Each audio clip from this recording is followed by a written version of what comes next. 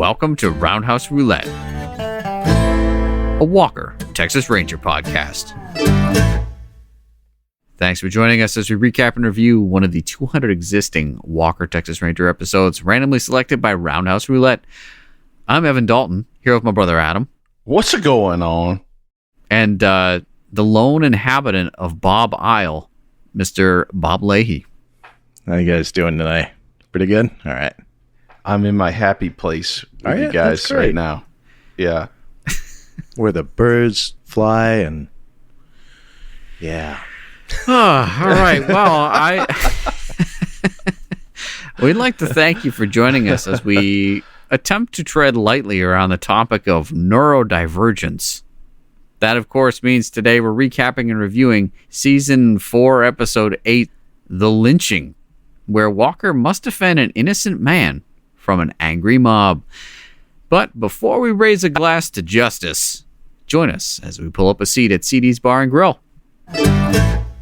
All right, we made it. We did. We certainly did. And, you know, sometimes CD runs out of beer and he sends the staff to go run to the Quickie Mart and pick up a few pints to stock the mini fridge to keep his patrons happy. And that's kind of what happened this week. We're going to have a hodgepodge here. What do you guys got? I'll go first. I have this Stoneface IPA. Look at that late. Ooh. The old man right there. Yeah, old man in the mountain. Of course, he's facing the wrong way in the video because Wow. mirrors or something. I don't know. But Well, I mean, couldn't you go to the other side of the old man in the mountain? not really, actually. Because of the way you'd have to be like suspended in mid because of the angles. It wouldn't really work. I'd say let's go find out, but you go. Yeah, for those who don't know, Rip, the old man in the mountain, there was a face in the mountains in New Hampshire. And, I mean, really just a landmark for New Hampshireites. They didn't really have much going for their state. All right. Well, I don't know about that. It just goes to show you that, you know, when it comes to landmarks, you should never take it for granted. Oh, good one. Wow. Yeah, New because Hampshire's your a nose, granite state, by the way. your granite nose might just fall off. You know, that might just happen. And then a lot of people base their brands around the old man in the mountain, and now they're left with all these beer cans that either look like a hop or I like how they did the gray area in between. It's actually a hop. Yeah, but it kind of looks like the Old man it's on like the a hop mountain. So with the profile, a hop profile, which is a very beer snobby thing, I think. That is perfect. We've hit it. Evan, what do you got? I'm rocking a staple. We've had it on the cast before. This is the Berkshire Brewing Company Steel Rail Pale Ale. Ooh, classic. Okay, well, I thought I'd keep it in theme of this episode, and we've got a Hopcutioner IPA. Hopsecutioner. No. And as you can Pretty see, rough, there's the guillotine and a terrapin of sorts just ready to execute. Because I'm going to pop it. Yeah, let's do it. Okay. I didn't even get a glass. I'm going to drink it out of the can. You got to do you, man. You do you. You know what, though? If I drink it out of the glass, I'll probably drink it slower. Hold on. I don't know. I think we're going to need a lot of beer to get through this podcast. It might be a landmine of topics to dodge in this one. But I mean, it's really just, I feel like it's just one topic that we're really dodging a lot, but who knows? Well, we'll see. Well, since we haven't dropped our podcast that we recorded a few weeks ago yet, we haven't really got a lot of feedback from that. The one real item I've got here to share is an interesting one. We want to give a shout out to Nia Peoples, Ranger Sydney Cook from Walker, Texas Ranger, who, just got her doctorate degree. Wow. Yeah, I mean... What is it in? I can't read that. I don't know if it's in Roundhouse kicks or what, but... Yeah. Nia Peoples, blue check mark, okay? There's no fakesies here. Yeah, Real deal. exactly. Yeah. Sometimes life just drops a gift in your lap. Something you never could have imagined. Back in the day, I gave up my scholarship to UCLA in order to just, quote, get on with it, end quote, in the entertainment field. And for the record, she was a pop star, right? Yeah, I mean, she hosted her own TV show, which had a bunch of music artists on it. Then she also has acted on a number of TV shows. She was in Blues Brothers 2000, the movie. For the work I've done with youth over the years, I've been getting an honorary doctorate degree in humanities. How much fun is that? Call me Dr. Peoples. Well, congrats, Dr. Peoples. And just thought we'd share that here on the podcast. Congratulations. That's pretty good. The closest I'll ever come to being a doctor is people thinking that I have a doctorate because I'm a scientist. Sometimes they just call me Dr. Dalton. I'd say about 50% of the time I correct them. What? Oh, yeah, I was going to say, you don't always correct I dropped that number. Why correct them? It feels really weird when you're like, actually, I don't really have a master. All right, I only have a master's. If someone really? If someone asks if you're a god, you say yes. Yeah, all right. Thanks, guys. I feel more empowered now. What we did hear from our patron Zora about the last podcast we did on the episode The Committee. Bob, you want to take this one, man? Yeah, so Zora says, episode is a bit meh. Early days, I guess. But at least we get some action sneakery by the end. Yes. Got some nice Trivette CD banter at least, and some techno-babble bullshit as icing on the cake. We also get that classic justification for our fantastic system. It's not bad, but could be worse. Right, our justice system, and, just live with it. Yeah. Well, where will the wheel lead us next? Well, unfortunately, it led us to the lynching here, which we're about to talk about. But, Zora also said, apologize for this shameless self-promotion, but as a fellow musician, I thought I'd share a recent track my friends and I performed earlier this year. We're called A Parallax View, where technical post-rock experimental free jazz. I was going to say, it sounds like either like a grindcore band or some sort of prog metal or something like that. So it sounds like a Magic the Gathering card. No doubt.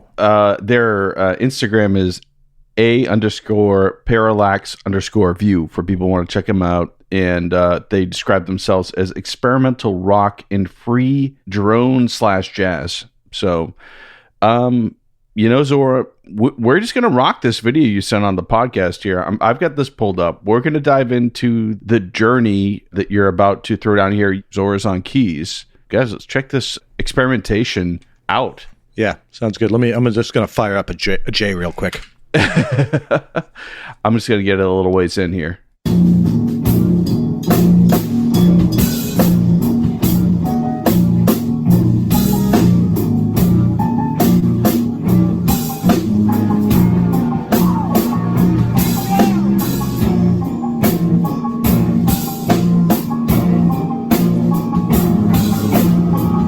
I mean, this could have worked as a pretty good soundtrack for the episode this week, Yeah.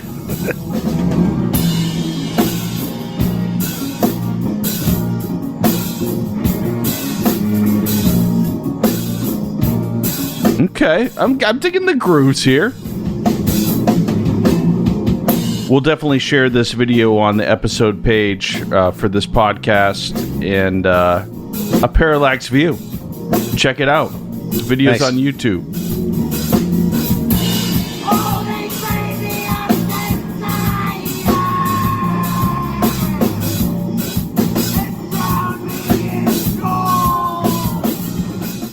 I mean, this reminds me of some of the bands from Massachusetts, right?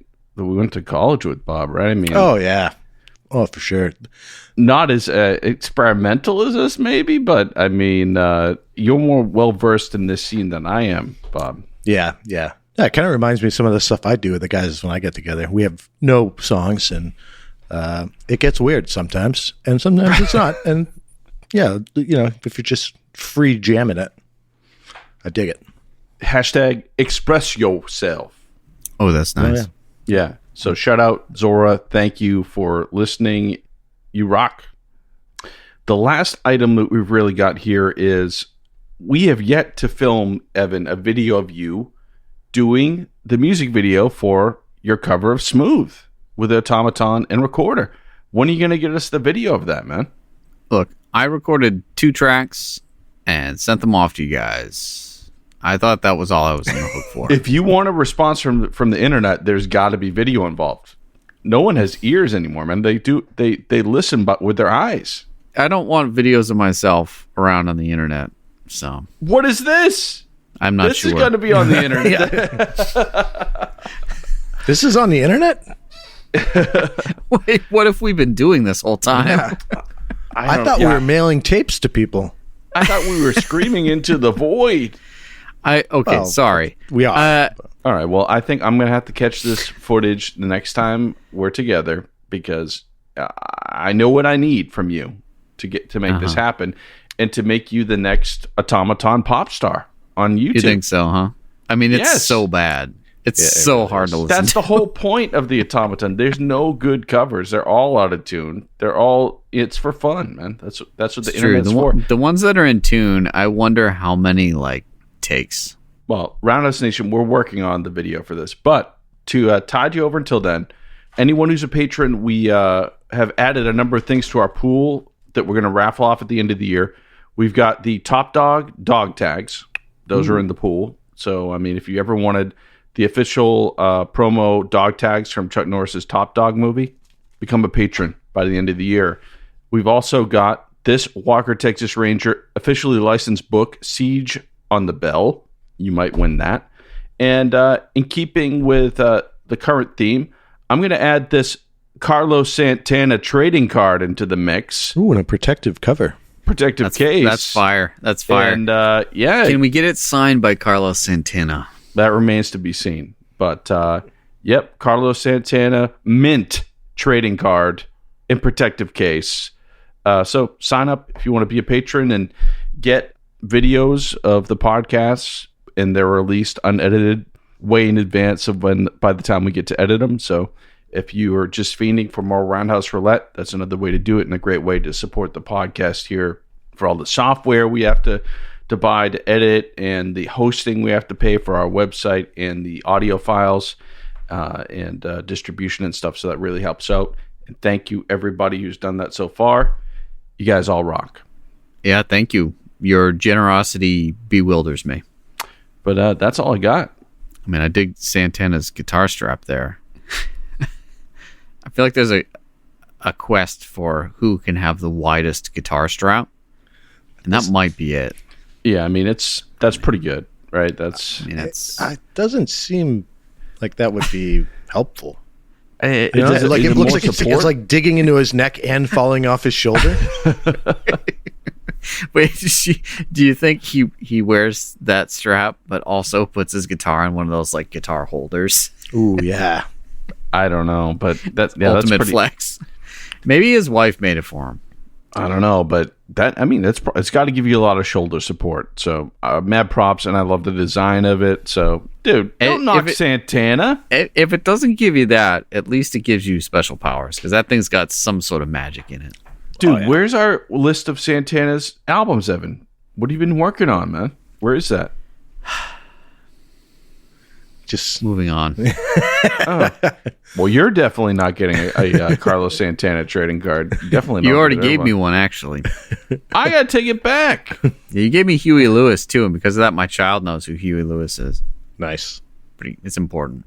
All right, we got a lot to cover this week, so let's get into it. If you're watching along at home and don't want any spoilers, which I don't know why you would, but maybe you do, hit that pause button and watch Walker Season 4, Episode 8, The Lynching, and come on back to us. Yikes. Okay. Ooh, what fun. Welcome back. Oh, no. All right, let's dig into this beast. It originally aired November 18th, 1995, so it's possible that people were on Thanksgiving break or something and crushing this one. Good family time. Exactly, yeah. Great. Yeah. It opens up with some idyllic music, very serene, and this huge sort of Victorian sort of farmhouse type thing out in the country. You pan over and you see this big shirtless dude splitting firewood. Oh, yeah. And, easy. Yeah. And this, this car pulls up and this woman gets out and She apparently knows him. His name's Jonah. And she's all like, well, it's going to be dark soon. And in his initial conversation with her, you know, we kind of get the sense maybe there's something a little off with Jonah. We don't know yet, but he seems like a sweetheart. Right? Did you get like a vibe that they were kind of like maybe a romantic relationship there? There was some weird vibes coming off of Miss Casey. My husband isn't around anymore, and she's really liked you, Jonah. And she's like, you know, this is a great time of day when Mr. Casey was around. You know, he's not anymore, by the way. Right. When he was around, you know, this time of day we just talk and have a glass of wine, and he's like, yeah, Mr. Casey was cool. right. Yeah, and Jonah is a person with intellectual disabilities. We'll just say that. We'll just leave that there. And he wasn't picking up the signals that she was putting out, I don't think. It doesn't seem like it. And, you know, it's too bad because that could have saved her life. Because as he's getting a quick drink after work, and he lives in the shack outside of her house, it would seem. Yeah, he lives in a shed like the guy from Trailer Park Boys.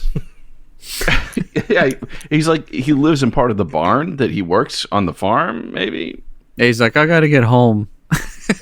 And so he just walks the driveway. Exactly, walks around the corner into the barn, opens up a Mountain Dew and starts crushing that or something, right? Yeah. But you know, I mean, it's a Mount Thunder though, right? Come on now. Yeah, he's just relaxing after work, and then he hears a scream, and then he's wondering what's going on, and he looks over and goes over to walk over to Miss Casey's house and sees someone run out the front door with the ski mask on. A ski mask, and they're holding something. I don't know what it is exactly that they're holding. It looked like a frame, something framed, or but they're holding it, and so that guy runs around the corner, and then Miss Casey, he goes to check on her, and there's a shot where he goes into the kitchen, and like the pendant lights are like swinging. I thought that was a pretty good touch, right? Like that shot, it's a pretty good shot. Yeah. But anyways, yeah, she's unresponsive on the floor, and Jonah. Wait, was that the best part of the episode? The moving lights? Is that what you're saying? I thought it was a good detail. Might have been. Okay, all right, but Jonah, he goes in after he hears her scream and sees the guy run out. Yeah, because before you see anything, you see the lights swinging, and you're like, something is not right. That's not a good sign. Yeah. No. Yeah. And Jonah discovers that she's dead on the ground. And he kind of like touches her, or he somehow like, does he get his jacket in the blood or something like that? He rolls her over because she's like on her stomach or on her side, and like he rolls her over on her back and kind of figures. He doesn't actually do anything that would get blood on his shirt, but there is blood on his shirt, and that's sort of I'm not going to say an important detail, but that's a detail later on. Okay. Yeah. We might get to it, we might not. It's the type of thing that I would forget. So I'm really glad that you made that a point of record here on the podcast, You're welcome. Evan. Thank Let's you. elaborate on that a bit. Let's dig in. Yeah, I think so. What that I forget parts on the synopses? Because I do that about every episode. But. No, I mean, let's dig into this whole shirt thing and the blood. I think so. I think we need to get into it. Okay, let's move on. We got a pretty good cadence going. Let's keep it rolling. Yeah, okay. We're almost done with this. I'm going to interrupt it. I'm going to interrupt it in 10 minutes. So we'll see how much we can get through here. Oh, yeah. Speaking of which, did you see... Adam's killing it here. I know, but there was a news article. Some teacher brought in spiked Mountain Dew for her class and gave them out as far as like she thought they were just Mountain Dew. Oh, I've seen those in the store. That's hilarious. I just love the I love the idea that a teacher is like at the store and like, oh, this product looks really fun. I'm gonna get Mountain Dew for all my students. Yeah, get them all jacked up on caffeine. You know what the real story is that she hates a coworker and she's going to send them all to that class afterwards. This loaded. Okay. Just jacked up and loaded. Well, yeah, it's like a Four Loko situation over there. There was one kid who had like cough syrup before they went to school, and then they had a spiked Mountain Dew, and awesome. They went to the nurse's office because they were feeling sick. So she's like, what did you drink? Mountain Dew. Send him home. Yeah, teacher of the year. But you had a teacher who who was playing Chumbawamba as like her main theme. So what was the deal with this? Oh yeah, for sure. This was 6th grade, I guess. Yeah, 6th grade. I remember one kid was like, "Oh, we should play this song all the time," and she was like, "Oh, let me hear it." And some kid, I don't know how he played it because there was before the days of MP3s, so it was a CD. I think it was on like an iMac or like a proto computer in the classroom, and they played the CD, and it was Chumbawamba off of Tub Thumping. I Get Knocked Down, which I guess to the uninitiated, maybe some sort of anthem about being resilient. Not quite. But, well, correct. So she was like, "Oh, this is a great song. You know, you got to keep getting back up. You got to keep getting back up." Unbeknownst to her, a parent enlightened her later on that week after we'd been listening to it many times. And, after we learned that it was a song, an anthem about binge drinking, it ceased to become a daily occurrence in 6th grade class. It's a sick world, man. This is a sick world we're living in. I know, man. How dare a parent be offended by that? Come on now. I just learned that the song was actually called Tub Thumping. Right? I remember it was something weird. Yeah. The album was called Tub Thumper. So there you go. Okay. Well, the more you know. I'm going to go pick up that compact disc. Send us a like if that was one of your first musical purchases. Not mine, but yeah. Okay. Mine was Pure Moods. Got it there. As the That's been record established. Oh, yeah. Silhouette. Okay. I feel like my neighbors are going to come in here. They're going to bust down the door. They're going to be like, That's We insensitive. can't sing it when you're ringing. Oh. Yep. Damn it. All right. Now let's get back to this episode about lynching, guys. Let's do it. Were you just seeing Return to Innocence? Rock on, bro. A real enigma there. All right, speaking about Return to Innocence, Jonah freaks out, as I think is kind of, that would sort of be a typical reaction to, seeing someone whom you're close to dead on the floor. But he decides to run out of the house. He sees that there's blood on his hands, so he wipes it on his jacket. Then he takes his jacket and throws it on the ground outside of his shed, and then he goes into his shed and just sort of curls into a ball. Yeah. It was a tough day. This kind of confirms our, what we were kind of led to believe about him being a little off. He didn't call the police. He didn't. Right. Yeah, kind of a reaction like a child probably would. I think that's safe to say. Is that safe to say, or did I just think so. Canceled? I think so. I think so. Okay, I think so. Yeah. I guess having a slightly atypical reaction to a situation. So the next day, the maids find the body, and then they call in the cops. And at this point, the Porky sheriff shows up, and I love that guy. pretty awesome casting. That guy's rotund. Right? That guy's a bit of a star in this episode. He I would is. say, Yeah, I a like bright him. spot. Yeah. The sheriff comes in, and he comes to the shed, and he's like, I'm going to have to arrest you, Jonah. At this point, we're like, wow, how's Walker going to be involved in this? And we see Walker and Trevette cruising around their truck, and they get a call. And the call is from the sheriff. His name's Sheriff Decker. And he's a small town sheriff, and his police department there is under siege from a mob who wants to hang Jonah. And isn't this a really quick development? Because it's like, gonna have to take you in, Jonah. Clip to Walker.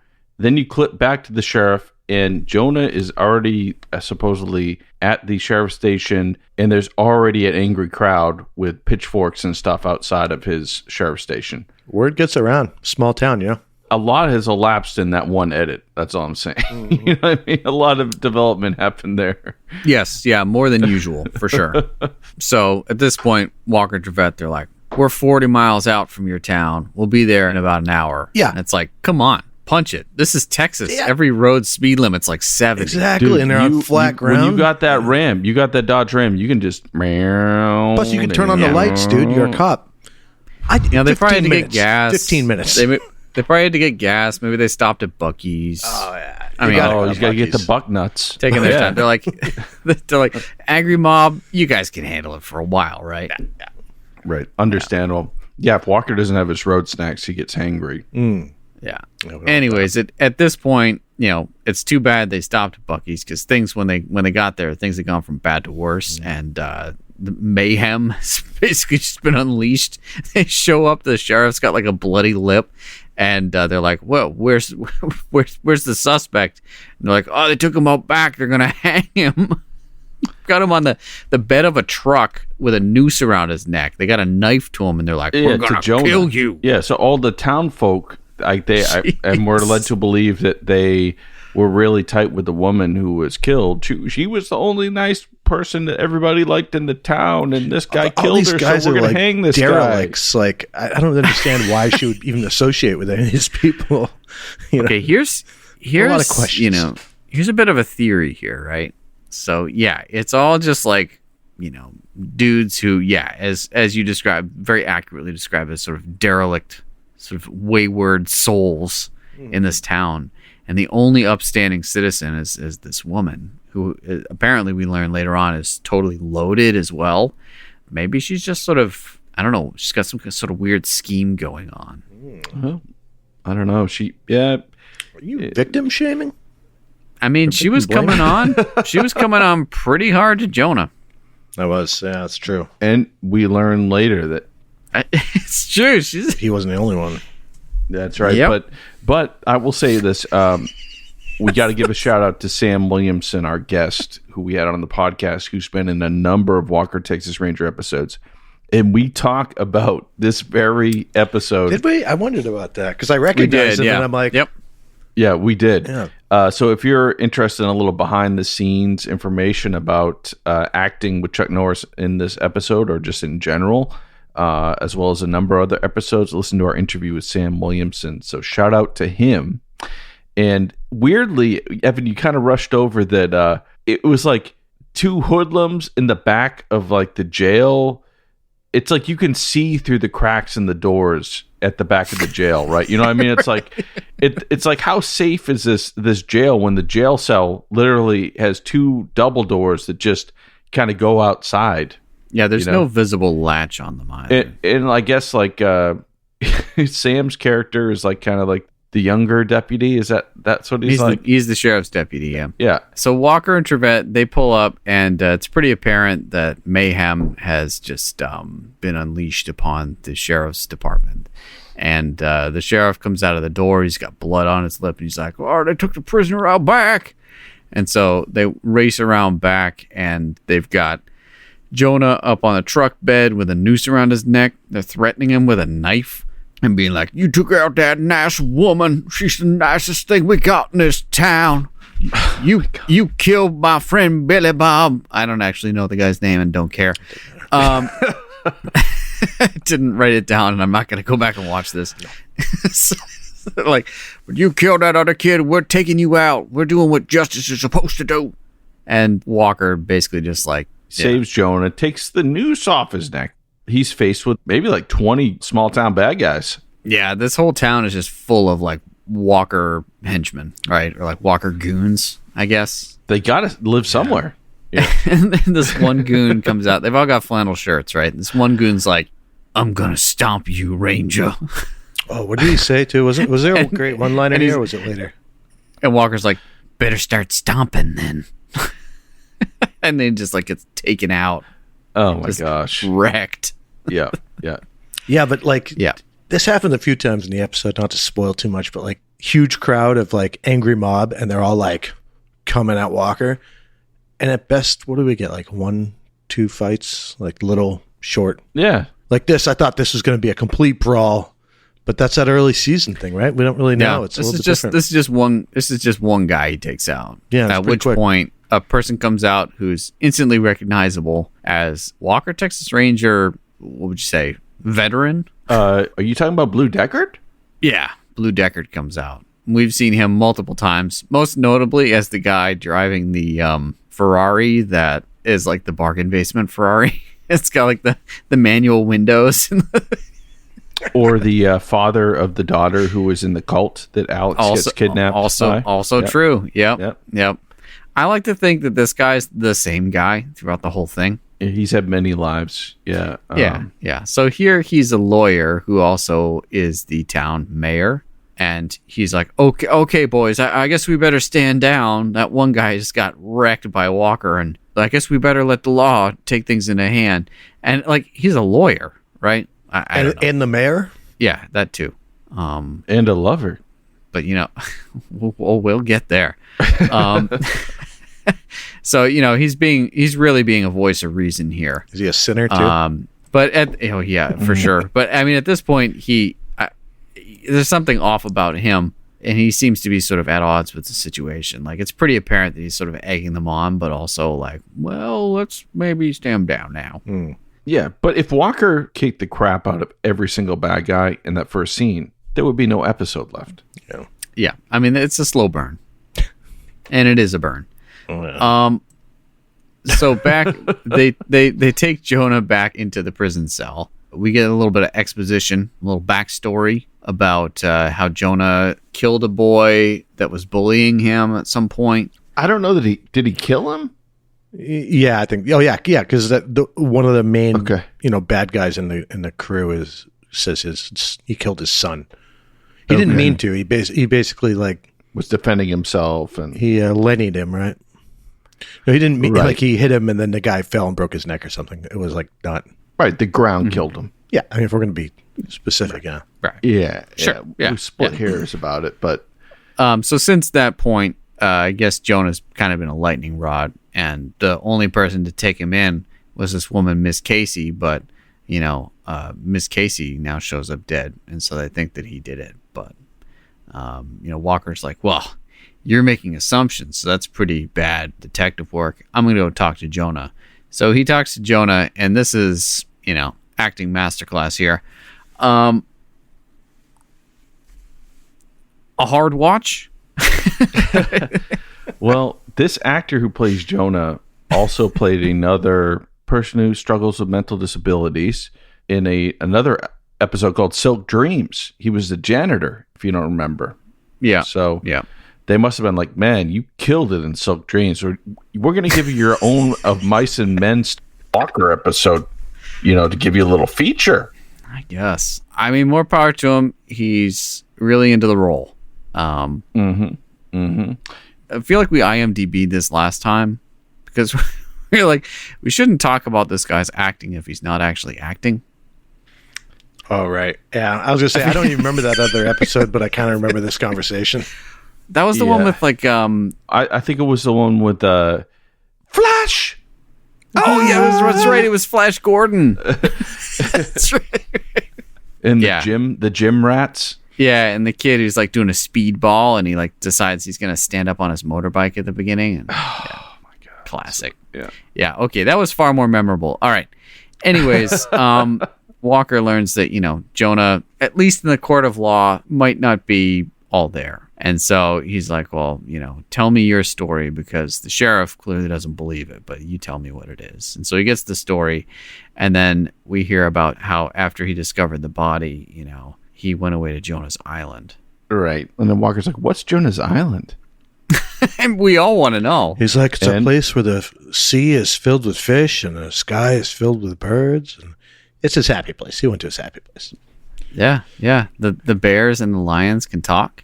All right. And this is exactly like Of Mice and Men. So we're just going to get into it now. I mean, the protagonist of Mice and Men, Lenny, mentally challenged individual who accidentally kills a woman. And at the end, the town's trying to get him. And his buddy puts him down, essentially, while he's talking about his happy place. So I think this was in the script. There are obviously some pretty clear sort of maybe trope thievery here. A lot of people are going to be, talking about this episode for years to come, but they probably won't be talking about Of Mice and Men. It's true. Very much so. Very much so. So we want to give a shout out to that book if you've never heard of it. Give a shout out to John Steinbeck. Yeah, read that. Read that book. Crying out loud. Read that book if you really want to, have as much fun as talking about this podcast. This episode. Read that book Yeah. for a good time. Steinbeck, not a lot of uplifting novels. Anyways, we know at this point Jonah didn't kill her. So, We know that. yeah. The town folk don't know. Walker, not yet, doesn't know. He's got a vibe. Walker's quite certain at this point. He's like, I don't think he did it. Yeah. Yeah. We just need to find the evidence to prove him innocent, Jonah innocent. You know what I'm saying? He's got a Yeah. hunch. So Walker says to the sheriff, like, you just assumed that he was guilty, but you don't actually know. And the sheriff, he's, sort of offended by Walker's approach, but he basically gets a little bit of a lecture on sort of judgment and responsibility. And the sheriff's like, look, man, if you don't think I'm being responsible, I don't want to be responsible. Why don't you be responsible? Walker's like, all right. Yeah, he's like, look, you don't have to live with these people here. These are people I have to see every day. And they want to kill this guy. So why don't who am I? Who am I to stand in the way? cop? You be the bad cop. I'll be the good cop to these guys, quote unquote. That's a role Walker's used to, so that's fine. So he's like, we're going to go to the crime scene then. He takes the sheriff with him, and he's like, yeah, Trevette, why don't you stay here with the deputy? Because they definitely haven't broken into broken in before and taken the prisoner. But, it's fine. So they go to the crime scene, and Mayor, whose name is Mayor Markham, his license plate says Markham. Do you think they saw that fancy car driving around Dallas and were like, I guess we got to name our character after that if we borrow this car? Or did they make up special vanity plates in the name of Markham and put it on the front? Need to ask the prop master. I think we got to get Scott Prop and Roll on the podcast to answer this. Roundhouse Nation, we're just going to jump in, hit up Scott Prop and Roll online and tell him he needs to talk to us on Roundhouse Roulette. Mm-hmm. Don't forget to like, comment, and subscribe. Oh, thanks. Thank you. Thank you. Follow us. Follow us, please. Follow Scott Prop and Roll. Yeah. Do it. It's way better than us. Yeah, no, I mean, he's got... I watch his videos all the time. Like they show how like people eat jars of mayonnaise in movies and stuff, or like sticks of butter. It's like, man, this guy's awesome. What was it? Pudding or something? Vanilla pudding? Yeah.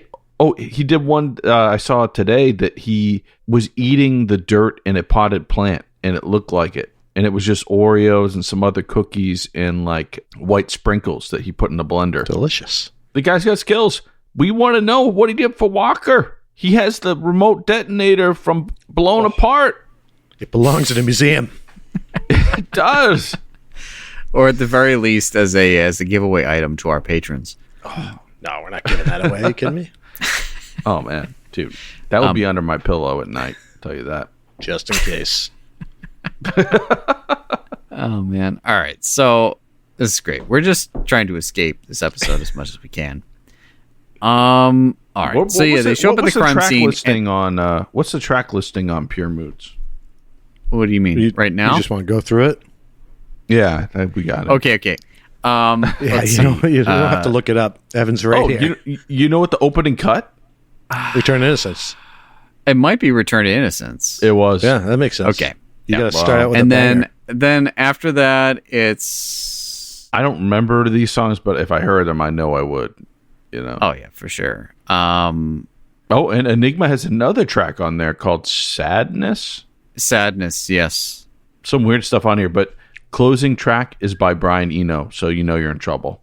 So, isn't the closing track Candy Dulfer as well? Is it Brian Eno, Candy Dulfer? Oh, you know what? I take that back. That was the original 94 release. Yeah, mine's the 97 edition. The 97 was kind of updated a little bit for the times and edited, and Brian Eno did not make the cut, but yeah. All right, so it's Candy Dulfer and someone else at the end. Dave Stewart from the Eurythmics. That's right, yeah. Wow. All right, let's get back to the episode.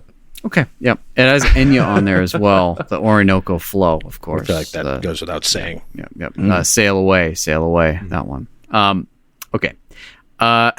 Which I'd like to do. I want to get to our happy place at the end of this episode. Yeah, we're far away from that right now. Okay, so they show up at the crime scene and they see the mayor's car there, and they're like, dude, what's the mayor doing here? And so they walk into the house, and he's rifling through drawers and stuff, right? Yeah, it's pretty sketch. They're like, that's strange, and he's like, well, I'm just looking for her will because I was also her lawyer. you know? Yeah, but he's like very clearly just making that up on the spot. He's like, am I in trouble? And they're like, you will be if you don't get out of here. He leaves, and we're like, what's up with this mayor? How is he up in the mix? What is happening here? What's going on?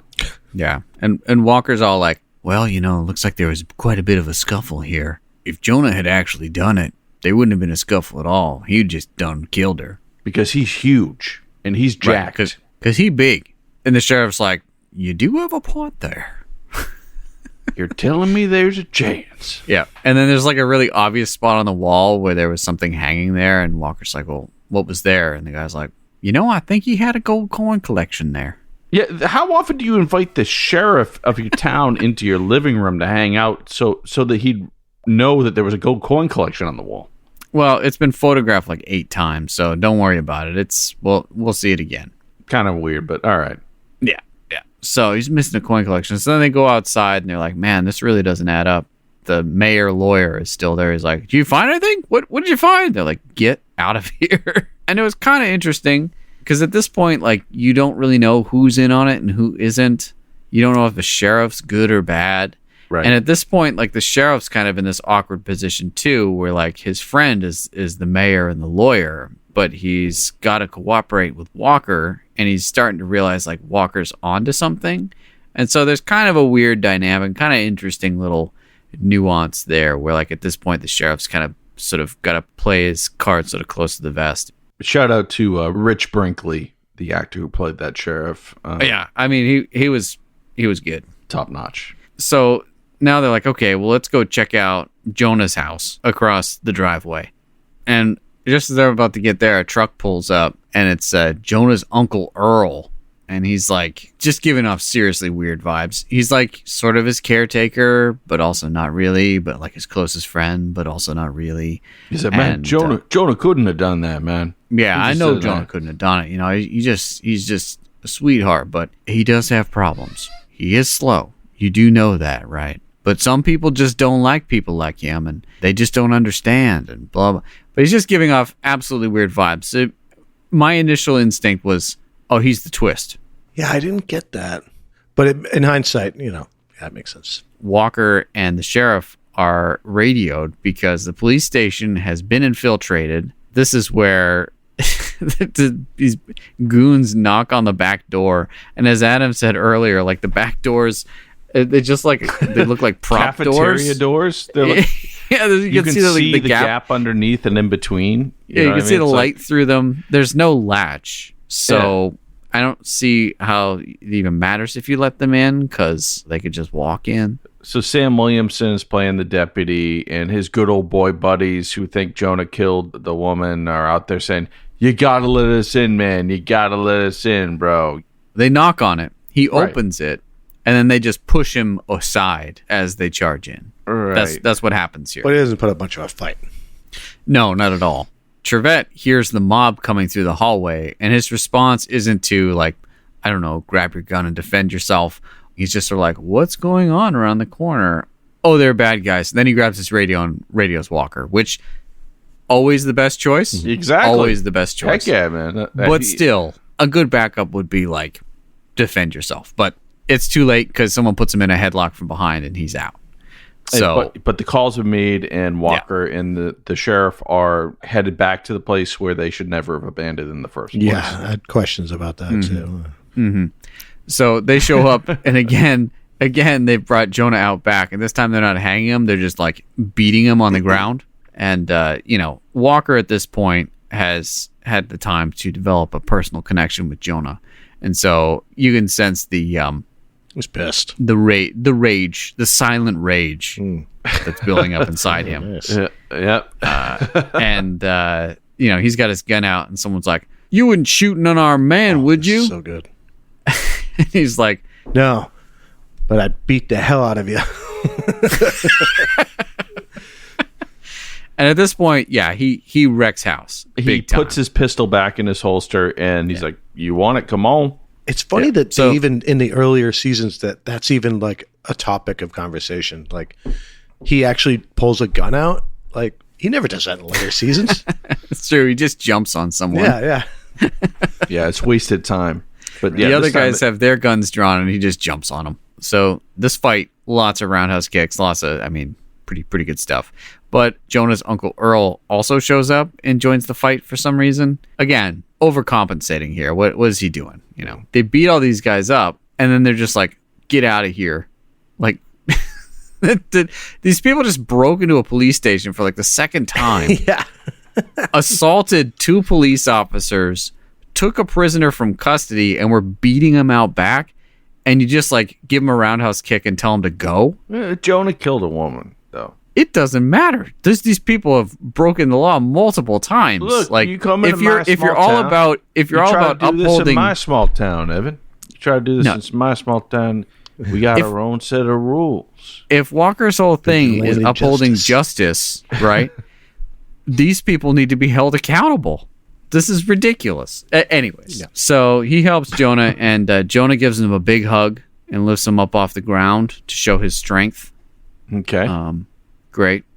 And then Walker's like, okay, Trevette, they stole coins, so go investigate that. And Trevette starts like rattling off how he's going to do it, and everyone's like, yeah, we don't care. We don't care. Just get it so the plot can move forward, okay? just go do it. Because whoever's selling those gold coins is the one that murdered the woman. And the sheriff is like, take this picture too, Trevette.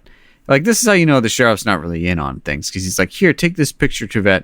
This picture's taken at our festival or whatever. It's got every man in town on it, pretty much. Yeah. And it's a picture of all these guys standing in front of a gazebo. I didn't count, but it's maybe like a dozen guys. But when they have the mobs outside, it's way more than that. Well, sometimes you got to bring in your likeys, but... So are we back out in front of the police station now again? Yeah, we are. Why don't they just keep going in the back? I don't know, but the front, I feel like the footage they used was like B-roll from the first time.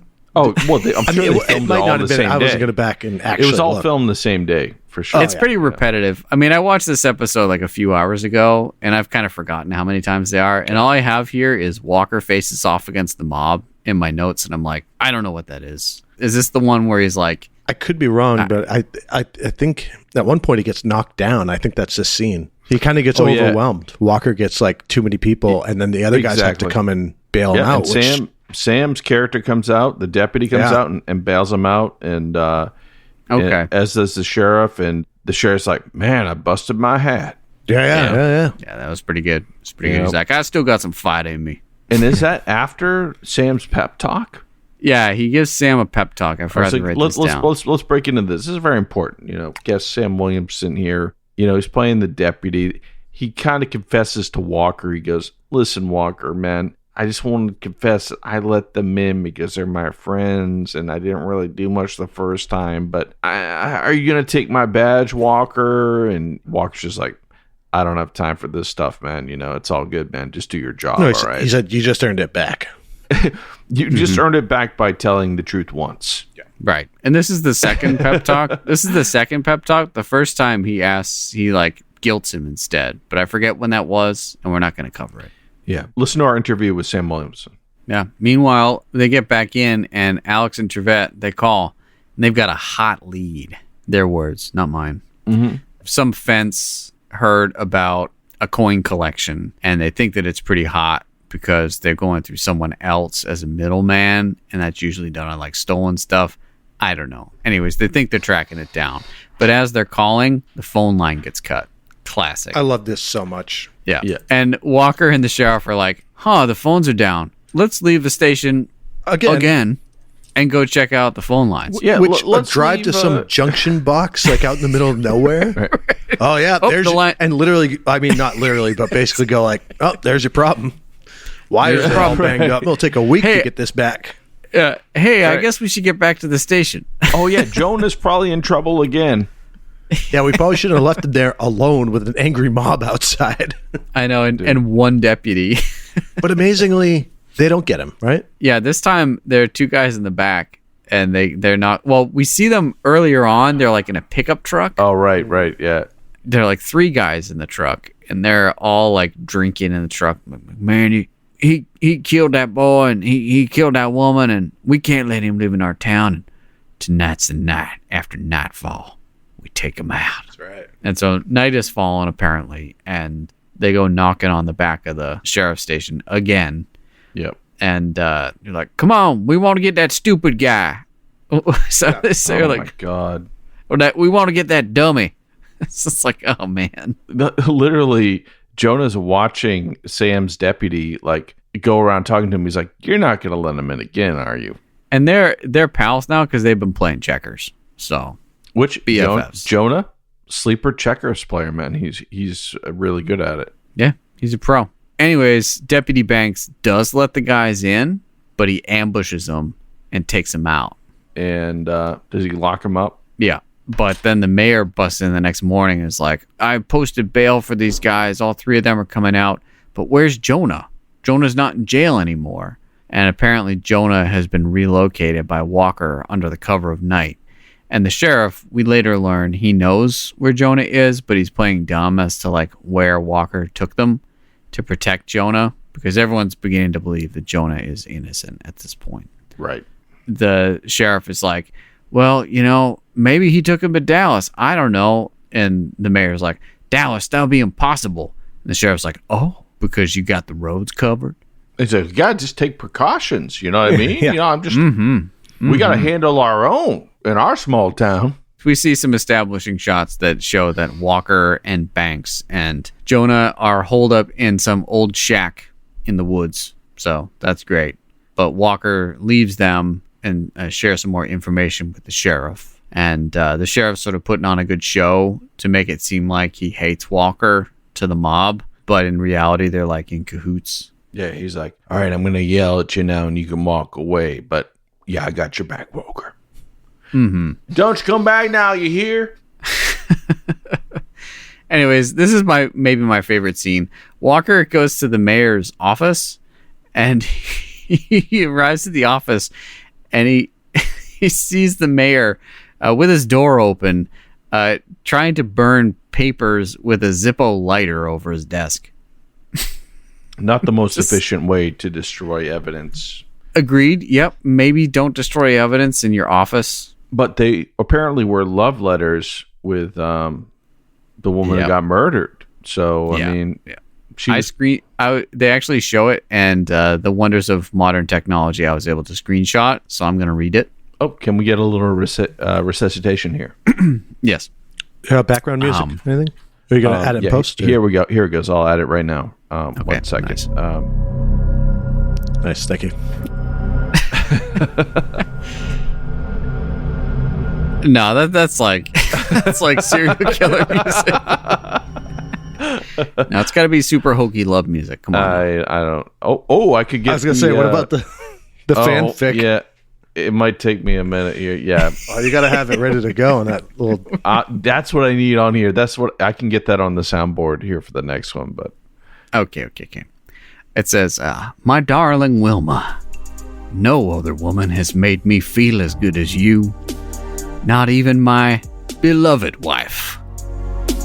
Pro move, man. Pro move. Weird, kind of calling out your wife. The word, and this is in quotes, love, end quote, does not do justice for the way I feel about you. Love is a many splendid thing. Period. Hold me. Never let me go until you've told me that we'll never say adieu. So thrill me. Bye, my American Pie. Ooh.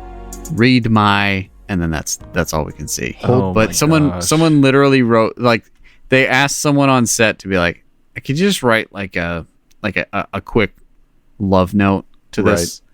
And someone just like threw in a bunch of things like love is a many splendid thing and bye my American Pie. Well, they never thought that people would be able to do a screenshot on a TV show. In the year 2025. Here we are. Yeah. In the year 2000. We did it. Yeah, we did it. Nowadays, they just use ChatGPT to write like a character thing out like this. Unfortunately. I love the not even my beloved wife. Yeah. What is? Oh, all right. And it looks like it was written in like marker or something like that. It's like, yeah, it looks like a child. Actually, it looks a lot like my penmanship. Actually, it's shockingly close to my penmanship. The H's and M's are the same, but that's about it. Oh, and the N is the same, capital N. Interesting. Okay. Maybe I wrote it. Are you trying to? Does Marie know that you're playing the field here, Evan? What's going on? No. I just wrote it on behalf of the mayor. Yeah, he was on set. I was his ghostwriter. It was kind of like Cyrano de Bergerac, but He's like, worse. I'm trying to get with this lady, but here's the details. Can you write me a little love note, Evan? Like, absolutely. I've been listening to a lot of Don McLean, so if you don't mind, I'm going to quote him a lot. Oh yeah. Can you mind if I drop some American Pie lyrics? I'm also going to refer to your wife because I think you should be. I think you all should feel guilty about this a bit. We have a friend who was on one of those dating services, she and her boyfriend that she met on Plenty of Fish. I don't know if that's still around, but it was like a free dating site over a decade ago. And she's dating this guy, and she gets this message, this email like, hey, look, I'm also dating your boyfriend, and I can prove it because here's the password for his Plenty of Fish account. And I just found out by logging in that he's dating you too.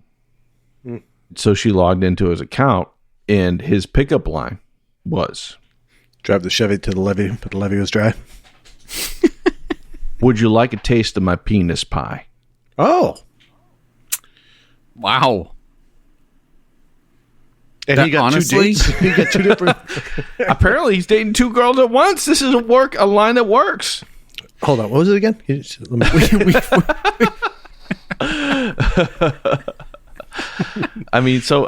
guy could have had that on his love letter, and it might have worked. I mean, we've been doing it wrong.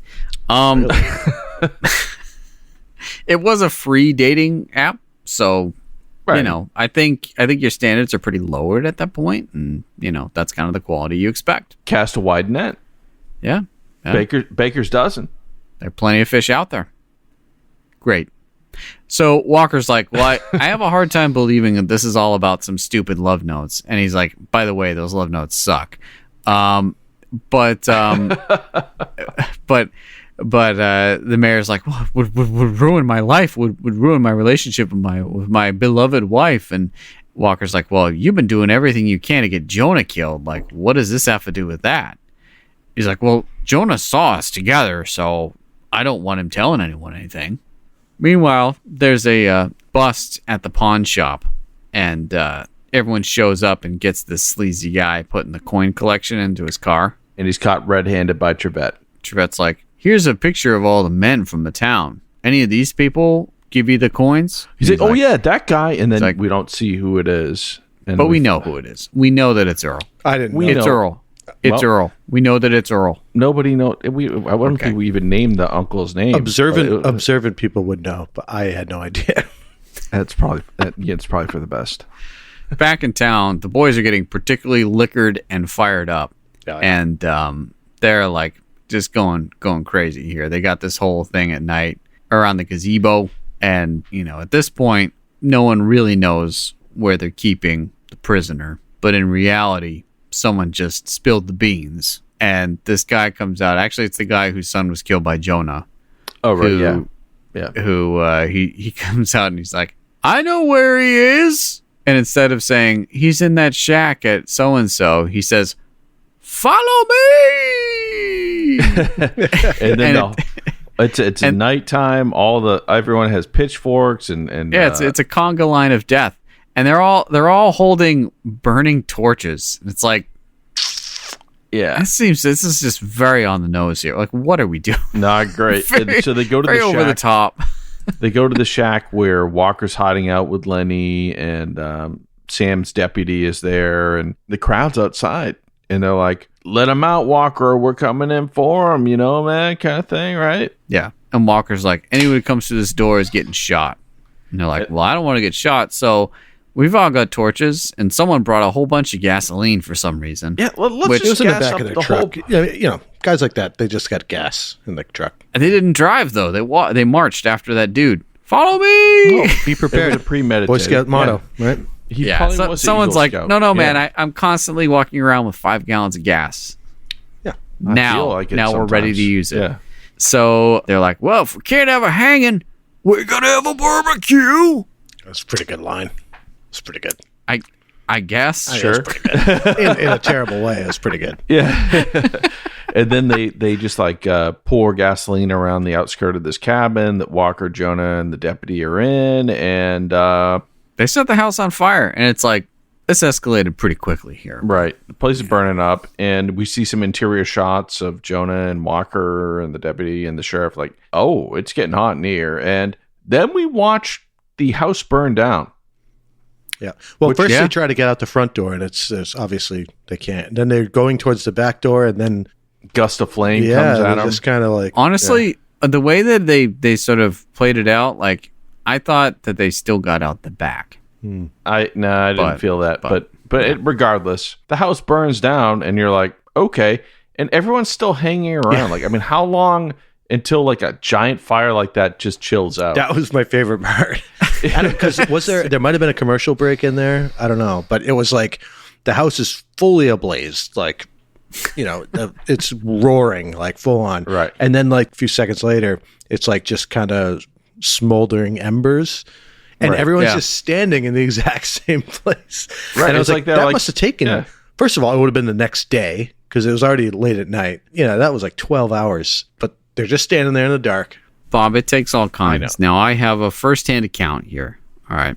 Have you burned down a house? No. With people in it? But Roundhouse Roulette superfan Kevin lives in a subdevelopment, a large I wouldn't even call it a subdevelopment. I would call it a mondo development in Florida. And there was a fire there, and one of his neighbors sat and live streamed the fire for like over an hour. So it's good entertainment. Yeah, it takes all kinds, and I think people are willing to stand around for hours watching a house burn down. If you got moonshine, you're ready to go. But it was a pretty weird vibe once the whole thing had burned down. They're all kind of standing around like, "Wow, did we really do that?" I think some of the liquor was maybe wearing off by that point. This got out of hand. Fast, they're like, man, this is weird. Last night was crazy, guys. I had the craziest dream. Right, and while it's burning down, Jonah's uncle Earl pulls up in his truck and just like sits on the hood of the truck. That was a weird move. I think that's when I figured out who it was. Yeah.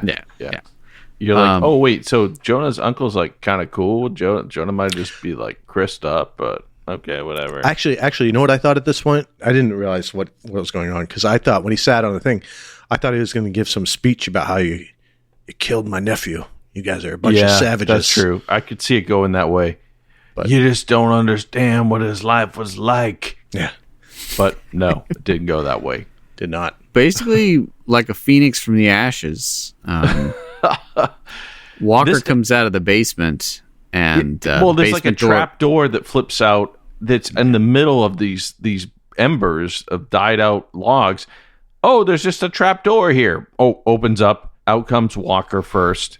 All this smoke on his face, followed by I think was it the sheriff? I'm not sure, but all four of them survived. Yeah. And Jonah and the deputy. And it's like, oh, they're alive, but they still have an angry mob that could just kill them. Another thing, I was like, all right, so kill them now, right? You guys burned down this house, like you obviously wanted to. But apparently, they like you said, they sobered up a little bit.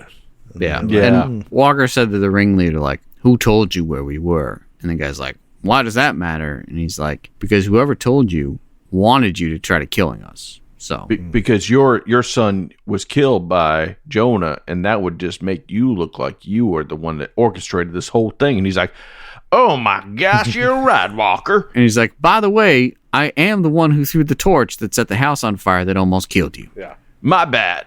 Attempted murder of 4 people, 3 of which were police officers. right. Probably just a slap on the wrist. Yeah, that's the death penalty, pretty sure. Yeah. But cool. Try that in a small town. So he turns and he points to Jonah's uncle Earl. And at this point, Earl pulls a gun on Jonah. And he's like, "Yeah, that's right. I got a gun too." And Jonah's like, "Why would you do that, uncle?" his reasoning, not great. He's like, "She was really generous and she gave me all kinds of stuff, but I didn't want her handouts. All I wanted was all her money. She treated me like a hired hand, and I didn't want that. I wanted to be rich. So I framed my nephew, and I stole these gold coins. All I stole was the gold coins, which was what, like maybe like 8 or 10 gold eagles. I mean, how much is that really worth? Is a gold eagle a specific thing? Is that yeah. like a type of coin? I'm not a coin guy, so. Yeah. See these coins here? Somebody tipped the Tennessee Warblers in gold coins. A gold eagle? No, I don't it's know not what a gold eagle is. They're probably a the Sacagawea or Susan B. Anthony dollar These coins. are gold dollars. Yeah, those are cool. Okay, yeah. That's not actually gold, but I do love those. Wait, well, they're not? No. If they were gold, they'd be worth like $1,000. But yeah, they have random presidents on them and stuff. And I'm like, oh, these might be collectible. I'm like, oh, no, like they're selling for like $2 on eBay. Yeah, they're currency. Okay. Never mind. So what is it? So what's gold a gold eagle from a 1990 gold eagle goes for $3,500 nowadays. That's worth killing. So if you got 10 of those, you could have bought a pretty sweet Buick. Yeah, so maybe 2. If you have those framed somewhere in your house, just a little tip. One lesson I learned from this episode: don't let people know you have gold coins. Right, that makes sense. Was that the takeaway from this episode? Agreed. Keep your gold coins to yourself? Yeah, these and guys, Roundhouse Nation, I don't have gold coins. These aren't gold, right, guys? Maybe they are. I don't know. Yeah, that's a Sacagawea coin that I would say is worth $1, but most places, if you try to spend that somewhere, They might not. people will claim that it's fake. People don't even know that it's real. Yeah, It's like using a $2 bill. A $2 bill is technically worth $2, but most places won't take it because they don't know what to do with it. Right. They don't have a spot for it in the register. So I got to go to the bank Right. with these 3 gold coins to get a $3 tip for playing a 8-hour gig. Yeah. So Jonah's Uncle Earl pulls a gun on him, but then Jonah is able to use his Herculean strength to wrestle the gun out of Earl's hands. Yeah.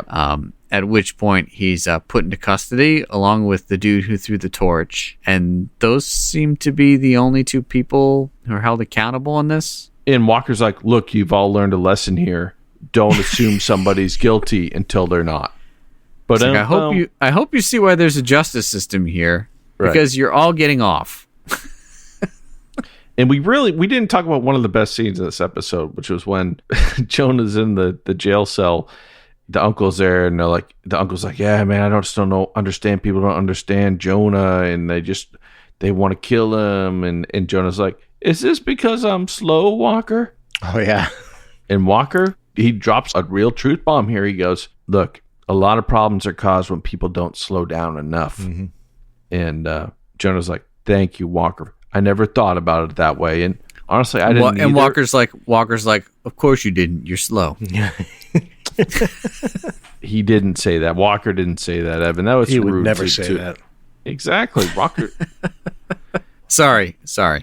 He's a god.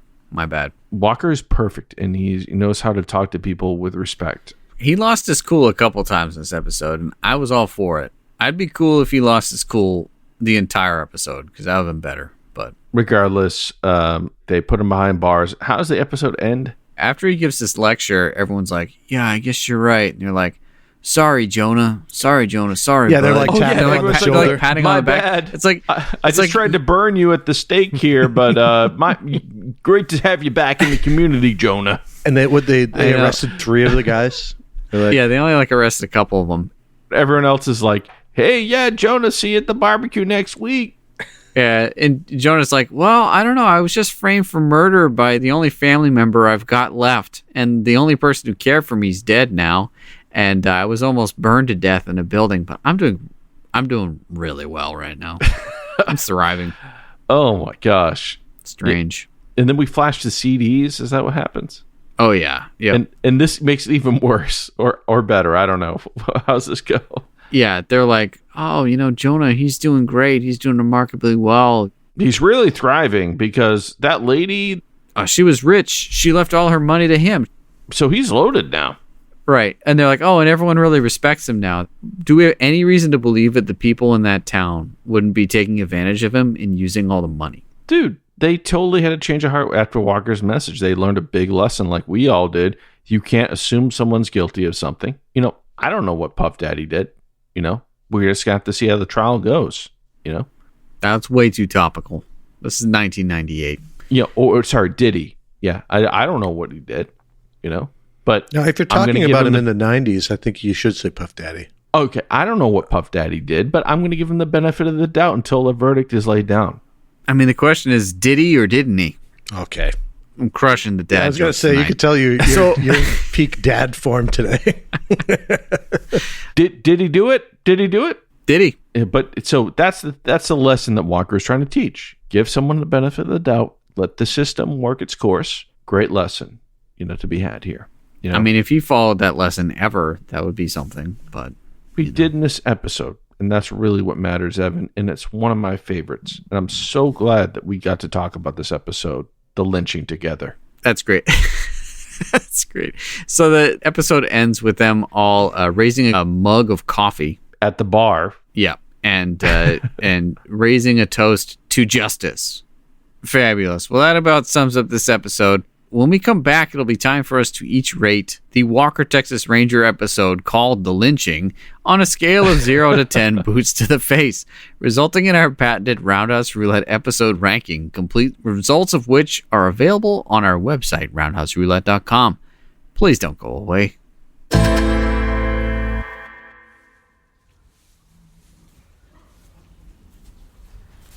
Bob, come see this. It's a dead Tennessee warbler. Man, looks like he choked to death on a guitar pick. And not just any guitar pick. Adam's guitar pick. Hey guys, what's up? We have reason to believe you're trying to kill off Tennessee warblers to avoid confusion with your lame bluegrass band of the same name. What? Well, if they go extinct, then maybe your career won't.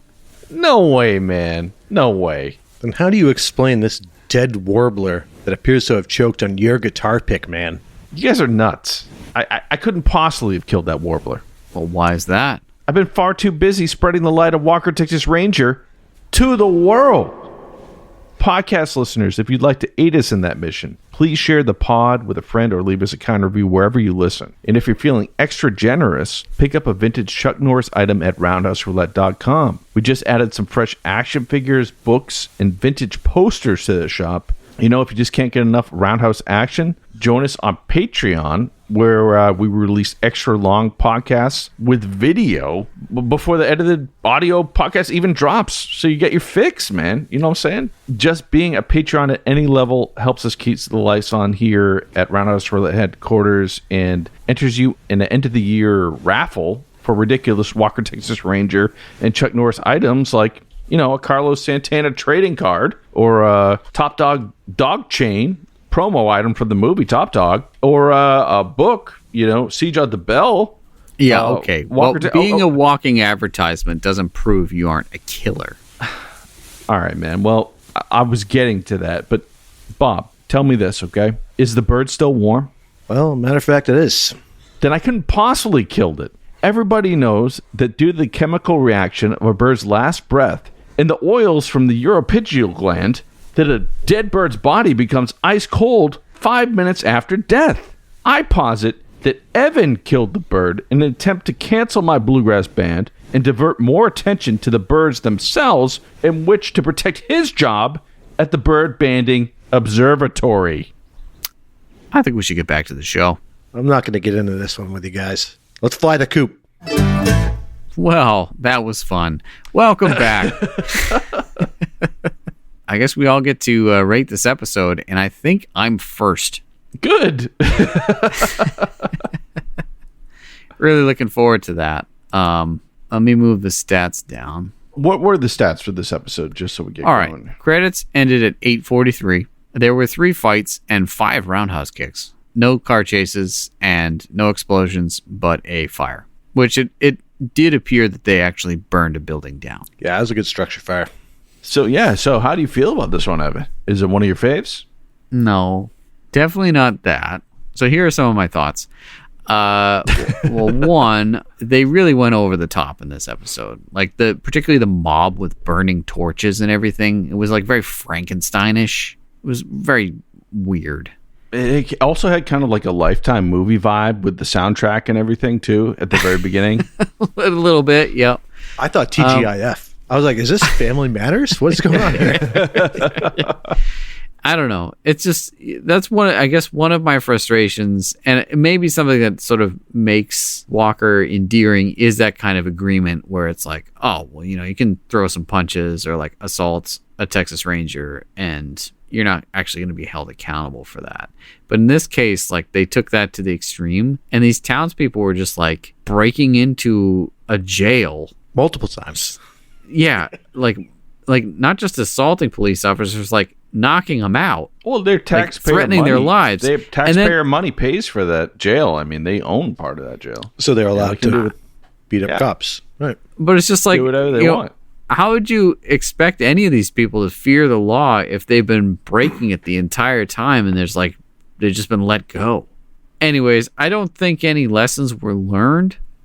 And I'm not really sure any lessons were really taught. I think that the writers thought they were doing something great, but as we've covered in this podcast before with other episodes, that usually doesn't land well. And maybe it landed well in 1998, but in 2025, I don't think this one really passes muster. Does it show off the legend of Walker? Not really, because he kind of lets this prisoner get taken multiple times. Well, it's so he could fight more. And he gets knocked down. Yeah. That's true. But if you noticed, he actually flips back on his back and he takes the guys out. He doesn't really need the help. He comes close to needing the help. I don't know. Give us a number, Evan. What do you got? 3? I think it's 3. They didn't really handle the topic very well. Which was? Of Mice and Men. Was that? I mean, I don't know. Really they I guess, they ripped off a classic novel, but they did it really poorly. The 3 is basically for like when Walker kicks some ass. Okay. All right. Well, Bob might have a totally different opinion. Bob, what do you got? I don't know. As I was watching it, I thought it was pretty bad. As we talked about it, I'm like, wasn't that bad? I mean, I think it's just a little bit below middle of the road, so I'd probably go 4. I did write down a fantastic dad joke that I forgot to mention during our discussion. Go for it. At one point, I wrote down, wow, this mob is really filled with bad actors. Okay. Ooh. Not bad, right? Not bad. Not bad. It's very apt. They were. I wrote it because at first I was like, these are bad. They're not good at acting. But also bad actors. I definitely love the guy who was like, follow me. Dude, I'd argue they're perfect. They got the Walker vibe down perfectly. They're doing exactly what they're asked to do. Yeah. A bit. Yeah. Guys, I'm going 2 on this one. Okay. I'm going to say this is the same rating I gave the episode Silk Dreams, which also dealt with similar issues. Here's the deal with this one. The only thing we're going to remember about this one is it ripped off of Mice and Men, and nobody asked for that. Okay? I'm not going to make anybody sit through this episode to get a little bit a roundhouse kick from Walker, Texas Ranger ever. No, I'll remember the time they drove out to the middle of nowhere to the telephone junction box and looked at it and went, well, that was a waste of an hour. This is going to take a week for these guys to fix this. Better get back to the station. Exactly. There's nothing really meaty here in this episode, and I had to go with that. I mean, the best part, obviously, is Sam Williamson got to be in this episode, so respect for that. He wasn't a very good guy at the beginning, and he turned it around. Came to Jesus. Came to Walker. He came to Walker. A bit of a character arc. Yeah. Right? Oh, yeah. Yeah, some may say much more of a character arc than anybody else in the remainder of this episode. Oh, yeah. Well, so what does that give us, Evan? That gives the episode a Roundhouse rating of 3 boots to the face. And I think we can all agree that Walker better stay out of small towns for a while. No doubt. But please let us know what you think on social media or by emailing us at roundhouseroulette@gmail.com. When we come back, we're going to be spinning the Roundhouse Roulette wheel and selecting our next episode. And I kind of wonder how many like booby traps there are left. The like landmine episodes that we have to. I thought, hopefully we've got through them, but we'll see. We'll spin the wheel and we'll be dealt accordingly. Mm-hmm. And we're back, Bob. Let's spin this thinger. All right, let me just grab this here in a little bit.